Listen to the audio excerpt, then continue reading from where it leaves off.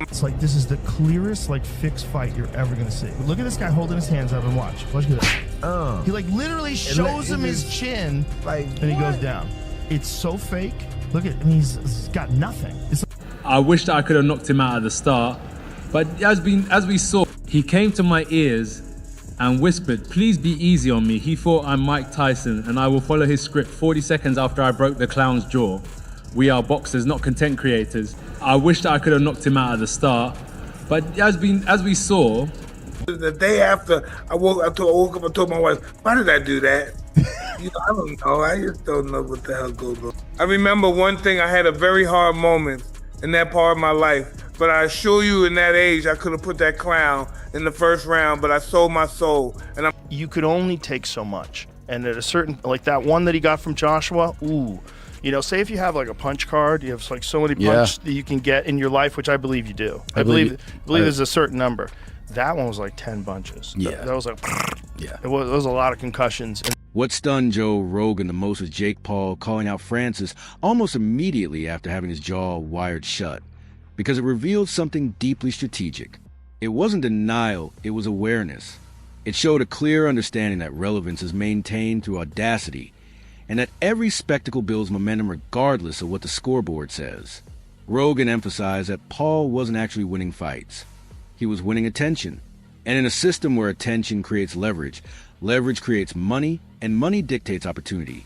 That particular skill set can matter more than footwork or defensive fundamentals, especially when streaming platforms now control the biggest stages in combat sports. Anthony Joshua's gigantic. So big. He's so big. He's so much bigger. So, of course, like, his punch that he knocks Tyron Woodley out cold with, Joshua just eats it. Yeah. Because he's a giant. Yeah. He's a fucking giant man. So big, dude. He's so big. As other voices in boxing expressed discomfort, Rogan highlighted how even respected heavyweights felt the matchup looked unnatural. Not necessarily fixed, but carefully orchestrated. When elite champions and social media influencers share the same ring under massive corporate backing, authenticity often becomes the first casualty. Rogan's final assessment was brutal in its clarity. There was no smoking gun and no proven fix.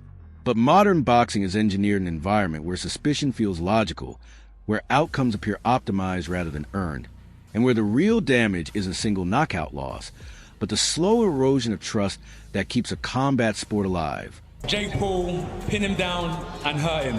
That has been the request leading up, and that was on my mind. It took a bit longer than expected, but the right hand finally found it. Then came the rumors. Days after the fight, allegations began circulating that Jake Paul had attempted to bribe Anthony Joshua before the bout. The event was supposed to be the collision point where entertainment met elite heavyweight legitimacy. December 19th, 2025, Miami, 33 million viewers on Netflix. Instead of a straightforward Anthony Joshua win over Jake Paul, the night became a live demonstration of how modern boxing has blurred sport and theater so thoroughly that even a clean knockout couldn't erase the feeling that something structural had shifted forever. Joe Rogan didn't react like a hype man or a casual fan. The first thing he felt while watching Joshua dismantle Paul was confusion mixed with concern. The kind of reaction that comes from someone who has spent decades around real fighters, real champions, and real danger, instantly recognizing that the gulf between these two men was not competitive, but existential. Seemed to me like sparring. Yeah. When I watched it, which, you know, look, I paid for it. They got me. I thought it was going to be a real fight, but I'm not mad. Had $1 million on. That's the problem. Yeah. That's why, look, maybe it was a real fight. Maybe that's just the level that they both fight at. But it didn't, you know, it seemed a little sus, you know. Rogan explained that Anthony Joshua wasn't just stronger or more experienced than Jake Paul. He was operating on an entirely different physical and technical plane. When Joshua finally landed the punch that shattered Paul's jaw in two places, Rogan described it clinically, framing it as a kind of heavyweight power that doesn't test toughness, but exposes reality in seconds. The question Rogan couldn't ignore was how the fight lasted 6 rounds at all. In his assessment, if Joshua had truly unleashed in the opening bell with full malicious intent, the contest wouldn't have reached round 2. That single observation became the spark of the online storm, raising questions about pacing, intent, and the invisible hands shaping the night. I mean, I never felt it was anything other than entertainment.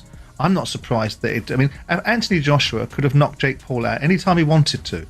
He didn't want to. So why didn't he? Because, well, when you're on a platform like Netflix that turns one-part episodes into a 6-part series, why would you think that part of their entertainment model is to have a 30-second fight? Why? You watch a Netflix series, you can watch it and you can go, well, I get the gist of it. Why have you got to turn it into 10 episodes?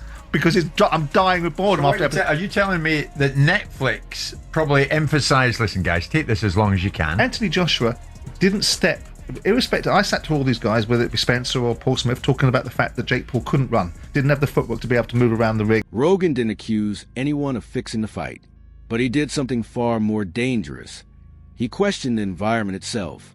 He asked whether this was still sport or whether it had become a product optimized for a streaming platform whose business model rewards watch time, engagement curves, and carefully constructed narrative arcs more than brutal efficiency or competitive purity.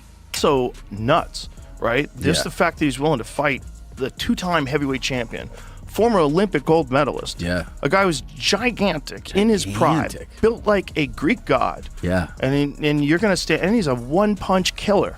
And you're going to stand in front of that guy. And he avoided shots till the 6th round. He just started getting tired. As rumors swirled about alleged bribes and backroom agreements, Rogan was careful and deliberate. He stated clearly that there was no evidence Anthony Joshua was paid to hold back and no proof the fight was rigged. However, he emphasized that the existence of such rumors was itself a symptom of a deeper credibility problem created by optics and incentives. Joshua's victory was real. The knockout was real. Jake Paul's injuries were undeniably real. Yet, when a champion appears capable of ending a fight at will, but doesn't, fans don't need conspiracy theories to feel uneasy. The pacing alone invites suspicion in a sport that is built on trust. I mean, I told everyone, though, that I would do better than Francis and that Francis kind of got no chin. So Francis low-key soft. You made it further than Francis. Yeah. So I mean, by he went 6 rounds. You know what that means. What? Rogan tied everything back to Netflix, explaining that nobody paid for a ticket and nobody felt the urgency of a live gate. When a platform invests 9 figures into an event, its incentive isn't a 90-second knockout. It's sustained attention, social media conversation, and episodic drama disguised as a boxing match. From Rogan's perspective, the fight felt constructed to resemble competition, while functioning as content.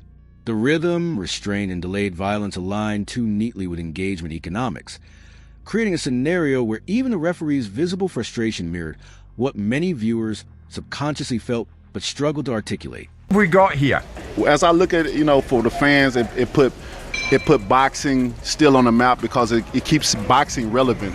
Having exhibition fights like this, different celebrities and different things like that. I look at it as a fun thing for fans and stuff like that. I don't really take it seriously, because we in the business of boxing. That right there is just exhibition stuff. But I'm hearing they say it's a real fight. But yeah, it's a real fight because both guys are getting in a fight. I'm still the one.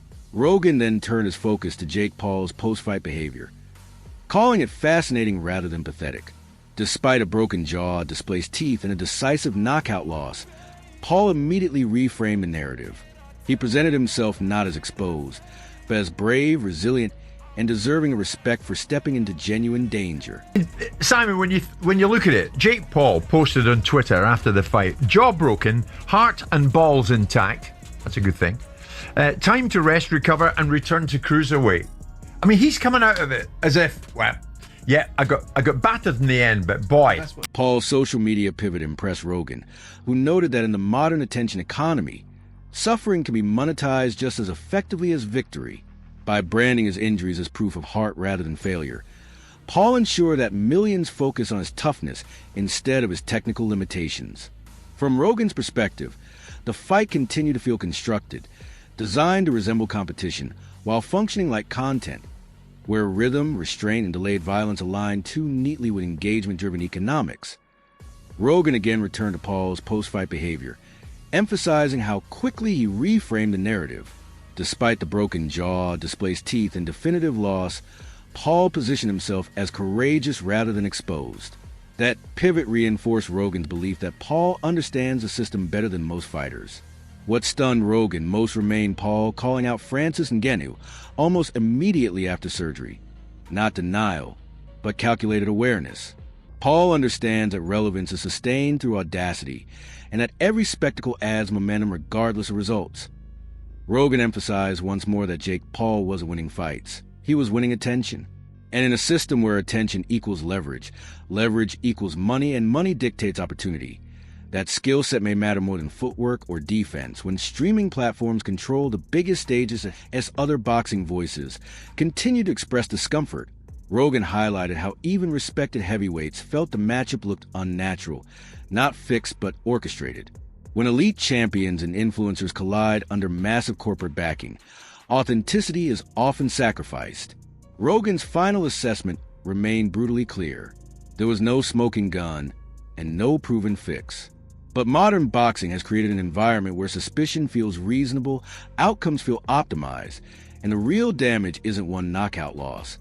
It's a slow erosion of trust that keeps a combat sport alive.